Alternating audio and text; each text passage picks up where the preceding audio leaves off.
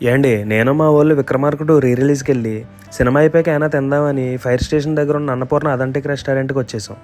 ఇక్కడ అంబియన్స్ చూడగానే నాకు పాట గుర్తొచ్చింది. మెనూ కార్డు తెమ్మని చూస్తే ఎగ్జామ్ ప్యాడ్ పుచ్చుకొచ్చి చేతిలో పెట్టారు. ఒకసారిగా అడిషనల్ షీట్లు ఇన్విజిలేటర్లు గుర్తొచ్చేసారు. మా బామ్మర్ది అయితే అది అటు ఇటు తిరిగేసేసి థ్రెడ్ ఏమన్నా కట్టేస్తాను అంటున్నాడు. ప్లేట్లు చూడగానే మా బామ్మదికి దొరవేయాలి అనిపించిందంట, దొరవేసేస్తున్నాడు. ఎంత పక్కన పెట్టి ఆర్డర్లోకి వెళ్తే ముందుగా స్టార్టర్లో కొరియన్ చికెన్, డ్రాగన్ పన్నీర్ చెప్పి అది చూడడానికి ఇలాగ ఉంది. స్టార్టర్లు చెప్తే పొలమని సాసులు గీసులేసి తెచ్చేస్తాడు అనుకున్నాం, కానీ నోట్లో పెట్టుకుని ఆ ఫ్లేవర్కి 4 జివ్వు మంది. ఇంటి స్టార్టర్లు ఎరగొట్టేసి మా వెజ్ బాయ్స్ కూడా నాన్ వెజ్ తిన్నంత ఆనందపడ్డారు.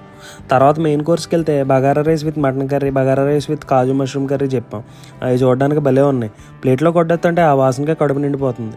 టేస్ట్ చేశాక ఇంకా ఎదిరింది. ముక్క మంచి మెత్తగుడికింది. మటన్ కర్రీ నేను మనస్ఫూర్తిగా తినడం ఇదే మొదటిసారి. ఫుడ్ తినడం అయ్యాక చల్లబడదామని గోలీ సోడా చెప్పాను. అదేంటో కానీ ఎక్కడ సోడా తాగినా కానీ మా కోయిలగూడెంలో సోడా అంత టేస్ట్ అనిపించదు. తిన్న లాస్ట్లో బిల్తో పాటు వచ్చి సోంపు తింటాంగా.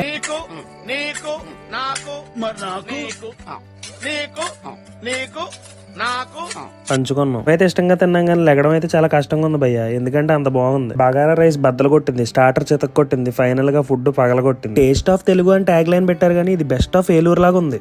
మీరు కూడా ఆహా అనుకుంటారండి, ఆహా అనుకుంటా బయటకు వెళ్తారు. అరే మరి మా వీడియోని లైక్ చేసి, షేర్ చేసి, సబ్స్క్రైబ్ చేయండి. ఉంటాను.